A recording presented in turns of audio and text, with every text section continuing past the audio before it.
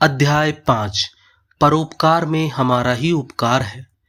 यह विचार करने के पहले कि कर्तव्य निष्ठा हमें आध्यात्मिक उन्नति में किस प्रकार सहायता पहुंचाती है, मैं आप लोगों को संक्षेप में यह भी बता देना चाहता हूं कि भारतवर्ष में जिसे हम कर्म कहते हैं, उसका एक दूसरा पहलू और कौन सा है।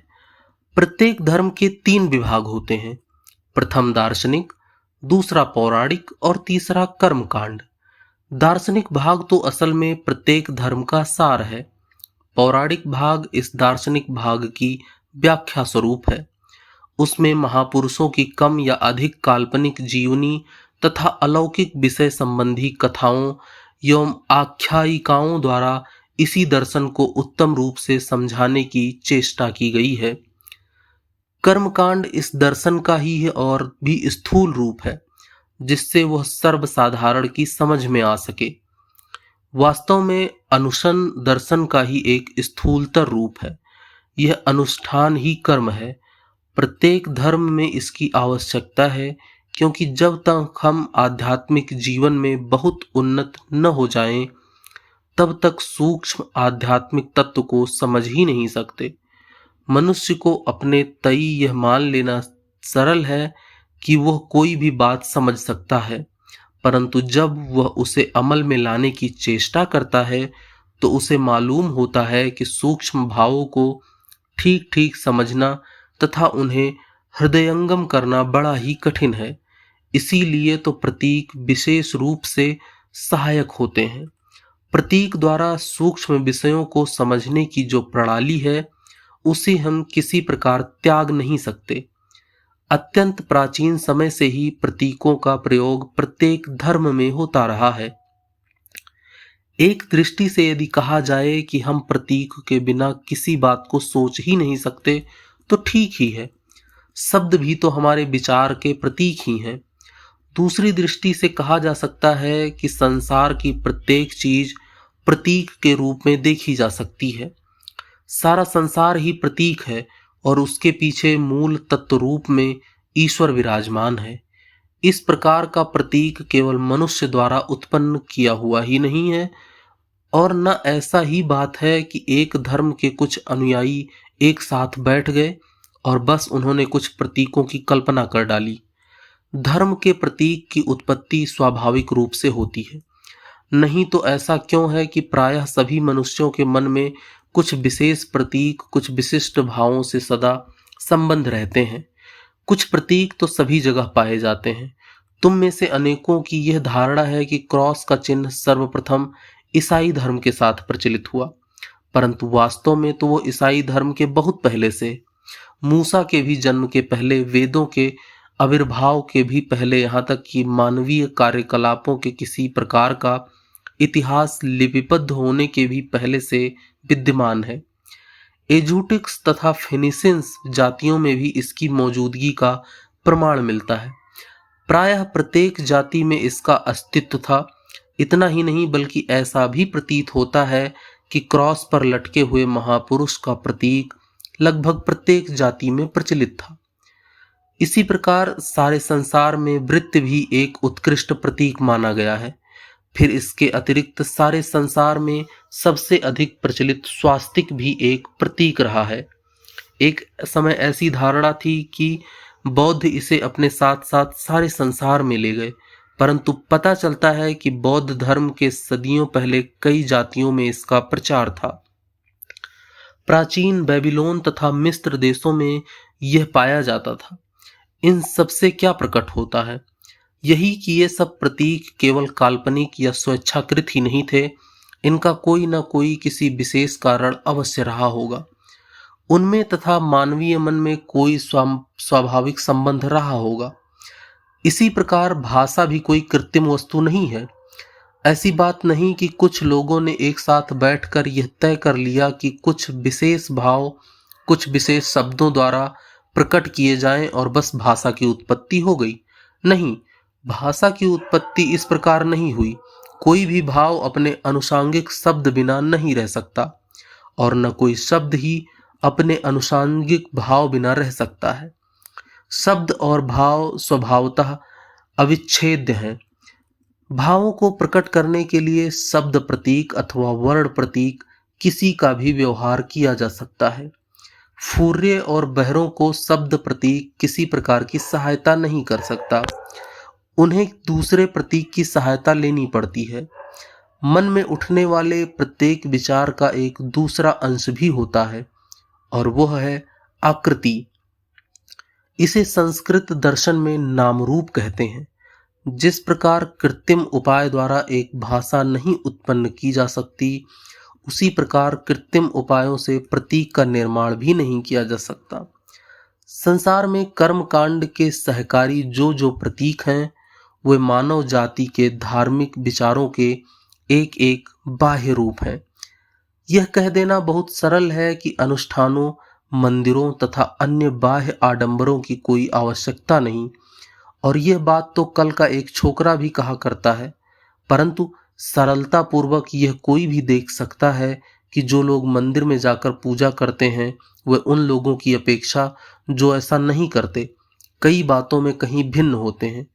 भिन्न भिन्न धर्मों के साथ जो विशिष्ट मंदिर, अनुष्ठान और अन्य स्थूल क्रियाकलाप से जुड़े हुए हैं, वे उन धर्मावलंबियों के मन में उन सब भावों को जागृत कर देते हैं जिनके कि ये मंदिर, अनुष्ठान आदि स्थूल प्रतीक स्वरूप हैं। अतएव अनुष्ठानों एवं प्रतीकों को एकदम उड़ा देना उचित नहीं। इन सब विषयों का अध्ययन एवं अभ्यास स्वभावतः कर्मयोग का ही एक अंग है। इस कर्मयोग के और भी कई पहलू हैं। इनमें से एक है भाव तथा शब्द के संबंध में जानना, यह भी ज्ञान प्राप्त करना कि शब्द शक्ति से क्या क्या हो सकता है। प्रत्येक धर्म शब्द की शक्ति को मानता है। यहाँ तक कि किसी किसी धर्म की तो यह धारणा है कि समस्त सृष्टि शब्द से ही निकली है। ईश्वर के संकल्प का बाह्य आकार शब्द है, और चूंकि ईश्वर ने सृष्टि रचना के पूर्व संकल्प एवं इच्छा की थी, इसलिए सृष्टि शब्द से ही निकली है। इस जड़वादमय जीवन के कोलाहल में हमारे स्नायुओं में भी जड़ता आ गई है। ज्यों ज्यों हम बूढ़े होते जाते हैं, संसार की ठोकरें खाते जाते हैं, त्यों त्यों हम में अधिकाधिक जड़ता आती जाती है। फलस्वरूप हमारे चारों ओर निरंतर हमारे ध्यान को आकर्षित करने वाली जो सारी घटनाएं होती रहती हैं, उनके प्रति हम उदासीन रहकर उनसे कोई शिक्षा ग्रहण नहीं कर पाते।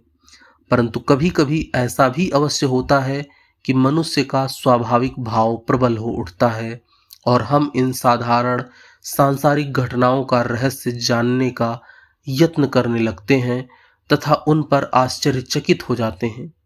इस प्रकार आश्चर्यचकित होना ही ज्ञान लाभ की पहली सीढ़ी है। शब्द के उच्च दार्शनिक तथा धार्मिक महत्व को छोड़ देने पर भी हम देखते हैं कि हमारे इस जीवन नाटक में शब्द प्रतीक का विशेष स्थान है। मैं तुमसे बातचीत कर रहा हूँ, तुम्हें स्पर्श नहीं कर रहा हूँ, पर मेरे शब्द द्वारा उत्पन्न वायु के स्पंदन तुम्हारे कान में जाकर तुम्हारे कर्म स्नायुओं को स्पर्श करते हैं और उससे तुम्हारे मन में असर पैदा होता है। इसे तुम रोक नहीं सकते। भला सोचो तो इससे अधिक आश्चर्यजनक बात और क्या हो सकती है। एक मनुष्य दूसरे को बेवकूफ कह देता है और बस इतने से ही वो दूसरा मनुष्य उठ खड़ा होता है तथा अपनी मुट्ठी बांधकर उसकी नाक पर एक घूंसा जमा देता है। देखो तो शब्द में कितनी शक्ति है। एक स्त्री बिलख बिलख कर रो रही है, इतने में एक दूसरी स्त्री आ जाती है और वो उससे कुछ सांत्वना के शब्द कहती है। प्रभाव यह होता है कि वह रोती हुई स्त्री उठ बैठती है, उसका दुख दूर हो जाता है और वह मुस्कुराने भी लगती है। देखो तो शब्द में कितनी शक्ति है। उच्च दर्शन में जिस प्रकार शब्द शक्ति का परिचय मिलता है, उसी प्रकार साधारण जीवन में भी इस शक्ति के संबंध में विशेष विचार और अनुसंधान न करते हुए भी हम रात दिन इस शक्ति को उपयोग में ला रहे हैं। इस शक्ति के स्वरूप को जानना तथा इसका उत्तम रूप से उपयोग करना भी कर्मयोग का एक अंग है। दूसरों के प्रति हमारे कर्तव्य का अर्थ है दूसरों की सहायता करना, संसार का भला करना। अब प्रश्न उठता है कि हम संसार का भला क्यों करें। वास्तव में बात यह है कि ऊपर से तो हम संसार का उपकार करते हैं, परंतु असल में हम अपना ही उपकार करते हैं। हमें सदैव संसार का उपकार करने की चेष्टा करनी चाहिए और कार्य करने में यही हमारा सर्वोच्च उद्देश्य होना चाहिए। परंतु यदि ध्यानपूर्वक देखा जाए तो प्रतीत होगा कि इस संसार को हमारी सहायता की बिल्कुल आवश्यकता नहीं। यह संसार इसलिए नहीं बना कि हम अथवा तुम आकर इसकी सहायता करें। एक बार मैंने एक उपदेश पढ़ा कि वह इस प्रकार था, एक सुंदर संसार बहुत बड़ा है क्योंकि उसमें हमें दूसरों की सहायता करने के लिए समय तथा अवसर मिलता है। ऊपर से तो ये बात सचमुच सुंदर है, परंतु यह कहना संसार को हमारी सहायता की आवश्यकता है, क्या घोर ईश्वर निंदा नहीं है? यह सच है कि संसार में दुख कष्ट बहुत है और इसलिए लोगों की सहायता करना हमारे लिए सर्वश्रेष्ठ कार्य है। परंतु आगे चलकर हम देखेंगे कि दूसरों की सहायता करने का अर्थ है अपनी ही सहायता करना।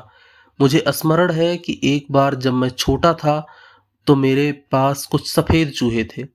वह चूहे इस छोटे से संदूक में रखे गए थे और उस संदूक के भीतर उनके लिए छोटे छोटे चक्के बना दिए गए थे। जब चूहे उन चक्कों को पार करना चाहते तो वे चक्के वहीं के वहीं घूमते रहते और वे बेचारे चूहे कभी भी बाहर नहीं निकल पाते। बस यही हाल संसार का तथा संसार के प्रति हमारी सहायता का है। उपकार केवल इतना ही होता है कि हमें नैतिक शिक्षा मिलती है। संसार न तो अच्छा है न बुरा। बात इतनी है कि प्रत्येक मनुष्य अपने लिए अपना अपना संसार बना लेता है। यदि एक अंधा संसार के बारे में सोचने लगे तो उसके समक्ष या तो मुलायम या कड़ा प्रतीत होगा, अथवा शीत या उष्ण। हम सुख या दुख की समष्टि मात्र हैं। यह हमने अपने जीवन में सैकड़ों बार अनुभव किया है। बहुधा नौजवान आशावादी होते हैं और वृद्ध निराशावादी। तरुण के सामने अभी उसका सारा जीवन पड़ा है, परंतु वृद्ध की केवल यही शिकायत रहती है कि उसका समय निकल गया। कितनी ही अपूर्ण इच्छाएं उसके हृदय में मचलती रहती हैं, जिन्हें पूर्ण करने की शक्ति उसमें आज नहीं, परंतु है दोनों ही मूर्ख। हमारी मानसिक अवस्था के अनुसार ही हमें यह संसार भला या बुरा प्रतीत होता है। स्वयं यह न तो भला है न बुरा। अग्नि स्वयं न अच्छी है न बुरी। जब यह हमें गर्म रखती है तो हम कहते हैं यह कितनी सुंदर है, परंतु जब इससे हमारी उंगली जल जाती है तो इसे हम दोष देते हैं, परंतु फिर भी स्वयं न तो यह तो अच्छी है न बुरी। जैसा हम इसका उपयोग करते हैं तदनुरूप यह अच्छी या बुरी बन जाती है। यही हाल इस संसार का भी है। संसार स्वयं पूर्ण है। पूर्ण होने का अर्थ यह है कि उसमें अपने सब प्रयोजनों को पूर्ण करने की क्षमता है। हमें यह निश्चित जान लेना चाहिए कि हमारे बिना भी यह संसार बड़े मजे से चलता जाएगा। हमें उसकी सहायता करने के लिए माथापच्ची करने की आवश्यकता नहीं, परंतु फिर भी हमें सदैव परोपकार करते ही रहना चाहिए। यदि हम सदैव यह ध्यान रखें कि दूसरों की सहायता करना एक सौभाग्य है, तो परोपकार करने की इच्छा एक सर्वोत्तम प्रेरणा शक्ति है। एक दाता के ऊंचे आसन पर खड़े होकर और अपने हाथ में 2 पैसे लेकर यह मत कहो, ए भिखारी ले, यह मैं तुझे देता हूं, परंतु तुम स्वयं इस बात के लिए कृतज्ञ हो कि तुम्हें वो निर्धन व्यक्ति मिला जिसे दान देकर तुमने अपना उपकार किया। पाने वाला धन्य नहीं होता, देने वाला होता है। बात के लिए कृतज्ञ हो कि इस संसार में तुम्हें अपनी दयालुता का कार्य करने के लिए इस प्रकार पवित्र एवं पूर्ण होने का अवसर प्राप्त हुआ। समस्त भले कार्य हमें शुद्ध बनने तथा पूर्ण होने में सहायता करते हैं, और पूछो तो हम अधिक से अधिक कर ही कितना सकते हैं। या तो एक अस्पताल बनवा देते हैं, सड़कें बनवा देते हैं या सदावर्त खुलवा देते हैं। बस इतना ही तो हम गरीबों के लिए एक कोष खोल देते हैं। 10-20 लाख रुपए इकट्ठा कर लेते हैं, इसमें से 5 लाख का एक अस्पताल बनवा देते हैं, 5 लाख नाच तमाशे में फूंक देते हैं और शेष का आधा कर्मचारी लूट लेते हैं। बाकी जो बचता है वो किसी तरह गरीबों तक पहुंचता है, परंतु उतने से क्या हुआ? आंधी का एक झोंका तो तुम्हारी इन सारी इमारतों को 5 मिनट में नष्ट कर दे सकता है। फिर तुम क्या करोगे? एक भूकंप तो तुम्हारी तमाम सड़कों, अस्पतालों और नगरों और इमारतों को धूल में मिला सकता है। अतएव इस प्रकार की संसार की सहायता करने की खोखली बातों को हमें छोड़ देना चाहिए। यह संसार न तो तुम्हारी सहायता का भूखा है और न मेरी, परंतु फिर भी हमें निरंतर कार्य करते रहना चाहिए, निरंतर परोपकार करते रहने चाहिए। क्यों? इसलिए कि इससे हमारा ही भला है। यही एक साधन है जिससे हम पूर्ण बन सकते हैं। यदि हमने किसी भिखारी को कुछ दिया हो तो वास्तव में उसके ऊपर हमारा कुछ नहीं आता, हमारे ऊपर ही उसका आता है। हम पर उसका आभार है, क्योंकि उसने हमें इस बात का अवसर दिया कि हम अपनी दया उस पर काम में ला सकें।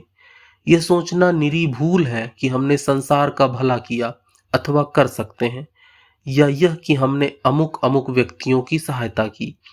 यह निरी मूर्खता का विचार है, और मूर्खता के विचारों से दुख उत्पन्न होता है। हम कभी कभी सोचते हैं कि हमने अमुक व्यक्ति की सहायता की, इसलिए आशा करते हैं कि वो हमें धन्यवाद दे, पर जब वो हमें धन्यवाद नहीं देता तो उससे हमें दुख होता है।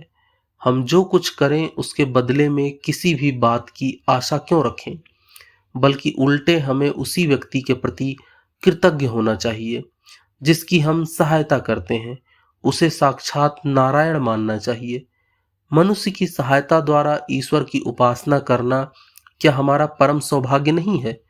यदि हम वास्तव में अनासक्त हैं तो हमें यह वृथा प्रत्याशा जनित कष्ट क्यों होना चाहिए? अनासक्त होने पर तो हम प्रसन्नता पूर्वक संसार में भलाई कर सकते हैं। अनासक्ति से किए हुए कार्य से कभी भी दुख अथवा अशांति नहीं आएगी। वैसे तो संसार में अनंत काल तक सुख दुख का चक्र चलता ही रहेगा। फिर हम इसकी सहायता के लिए कुछ करें या न करें, इससे कुछ बनने बिगड़ने का नहीं। दृष्टांत स्वरूप एक कहानी सुनो। एक गरीब आदमी को कुछ रुपयों की जरूरत पड़ी। उसे कहीं से यह मालूम हो गया कि यदि वो किसी भूत को अपने वश में कर ले तो उससे जो चाहे मंगवा सकता है। निदान उसे एक भूत ढूंढने की सूझी। वह किसी ऐसे आदमी को ढूंढने लगा जिससे उसे एक भूत मिल जाए। ढूंढते ढूंढते उसे एक साधु मिले। उस साधु के पास बड़ी शक्तियां थीं और उसने उन्हें सहायता की याचना की। साधु ने उससे पूछा, तुम भूत का क्या करोगे? उसने उत्तर दिया, महाराज, मैं भूत इसलिए चाहता हूं कि वह मेरा काम कर दे। कृपा कर मुझे उसको प्राप्त करने का ढंग बता दीजिए, मुझे उसकी बड़ी जरूरत है। साधु बोले, देखो तुम इस झमेले में मत पड़ो, अपने घर लौट जाओ। दूसरे दिन वो आदमी फिर साधु के पास गया और बहुत रोने लगा। उसने कहा, महाराज, मुझे एक भूत दे ही दीजिए ना, मुझे बड़ी आवश्यकता है। अंत में साधु कुछ चिढ़ से गए और उन्होंने कहा, अच्छा लो, ये मंत्र लो, इसका जप करने से एक भूत प्रकट होगा और फिर उससे तुम जो काम कहोगे वही करेगा। परंतु देखो, होशियार रहना, ये बड़े भयंकर प्राणी होते हैं। उसे निरंतर काम में लगाए रखना। यदि कभी वो खाली रहा तो तुम्हारी जान ही ले लेगा। तब उस मनुष्य ने कहा, यह कौन सी कठिन बात है, मैं तो उसे इतना काम दे दूंगा कि उससे जीवन भर खत्म न हो। इसके बाद वो आदमी एक वन में चला गया और मंत्र का जाप करने लगा। कुछ देर तक जाप करने के बाद उसके सामने विकराल दांतों वाला एक बड़ा भयंकर भूत प्रकट हुआ। भूत ने कहा, देखो मैं भूत हूं, तुम्हारे मंत्र ने मुझे जीत लिया है, परंतु देखो तुम्हें मुझको निरंतर काम में लगाए रखना होगा, क्योंकि ज्यों ही मुझे थोड़ा सा भी अवकाश मिला कि मैं तुम्हारी जान ले लूंगा। आदमी बोला, ठीक है, जाओ मेरे लिए एक महल तैयार करो। भूत ने जवाब दिया, लो हो गया महल तैयार। आदमी ने कहा, जाओ मेरे लिए धन ले आओ। भूत बोला, लो धन भी तैयार है। फिर आदमी ने कहा, यह जंगल काट डालो और यहाँ एक शहर बसा दो। भूत बोला, यह भी हो गया, अब और क्या करूं बतलाओ। अब तो वो आदमी बड़ा घबराने लगा।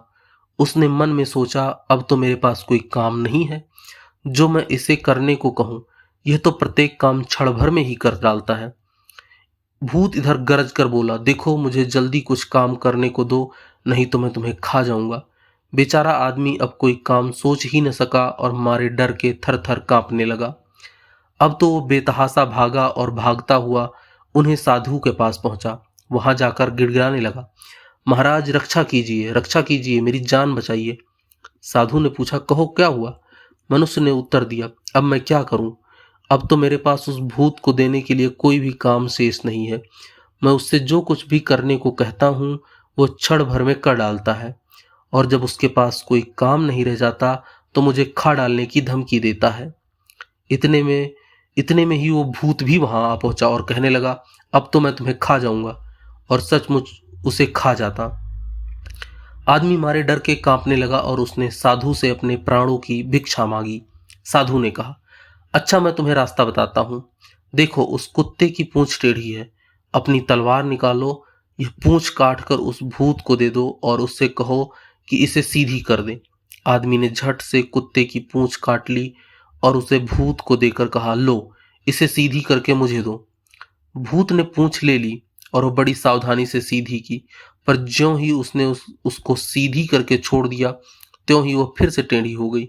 भूत ने दोबारा कोशिश की, परंतु ज्यों ही उसने छोड़ दी, त्यों ही वह फिर टेढ़ी हो गई। उसने तीसरी बार फिर प्रयत्न किया, परंतु वह फिर भी टेढ़ी की टेढ़ी ही रही। इस प्रकार वो कई दिनों तक प्रयत्न करता रहा, यहाँ तक कि वो थक गया और बोला, मुझे ऐसा कष्ट तो उससे अपने जीवन में कभी नहीं हुआ। मैं एक बड़ा पुराना भूत हूं, ऐसी मुसीबत में मैं कभी नहीं पड़ा। अब तो वो भूत उस व्यक्ति से कहने लगा, आओ भाई, हम तुम समझौता कर लें। तुम मुझे छोड़ दो और मैंने अब तक तुम्हें जो कुछ किया है वह सब अपने पास ही रखे रहो। मैं वादा करता हूं अब आगे तुम्हें किसी प्रकार का कष्ट न दूंगा। यह सुन वह आदमी बड़ा खुश हुआ और बड़ी प्रसन्नता पूर्वक उसने उस समझौते को स्वीकार कर लिया। हमारा यह संसार भी उस कुत्ते की टेढ़ी पूंछ के ही समान है। सैकड़ों वर्ष से लोग इसे सीधा करने का प्रयत्न कर रहे हैं, परंतु ज्यों ही वे उसे छोड़ देते हैं, त्यों ही वह फिर टेढ़ा का टेढ़ा हो जाता है। इसके अतिरिक्त और क्या हो सकता है? मनुष्य पहले यह जान ले कि आसक्ति रहित होकर उसे किस प्रकार कर्म करना चाहिए, तभी वह दुराग्रह और मतांधता से परे हो सकता है। जब हमें यह ज्ञान हो जाएगा कि संसार कुत्ते की टेढ़ी दुम की तरह है और कभी भी सीधा नहीं हो सकता, तब हम दुराग्रही नहीं होंगे।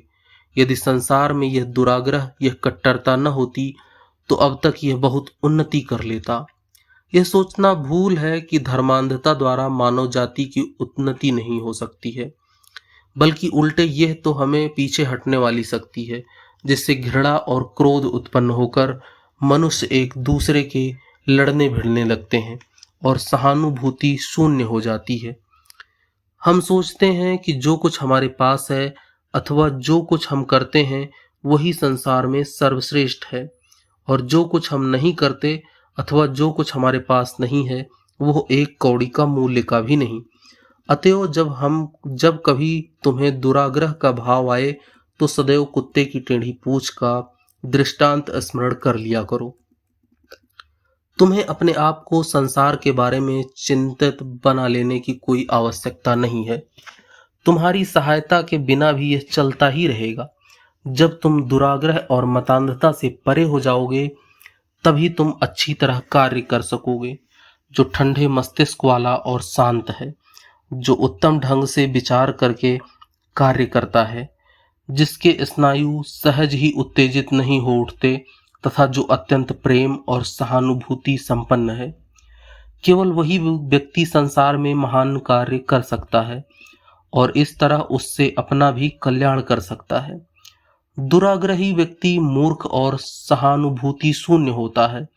वह न तो कभी संसार को सीधा कर सकता है और न तो स्वयं ही शुद्ध एवं पूर्ण हो सकता है। आज के व्याख्यान का सारांश यह है कि सर्वप्रथम हमें यह ध्यान में रखना चाहिए कि हम ही संसार के ऋणी हैं। संसार हमारा ऋणी नहीं। यह तो हमारा सौभाग्य है कि हमें संसार में कुछ कार्य करने का अवसर मिलता है। संसार की सहायता करने से हम वास्तव में स्वयं का ही कल्याण करते हैं। दूसरी बात यह है कि इस विश्व के एक ईश्वर है।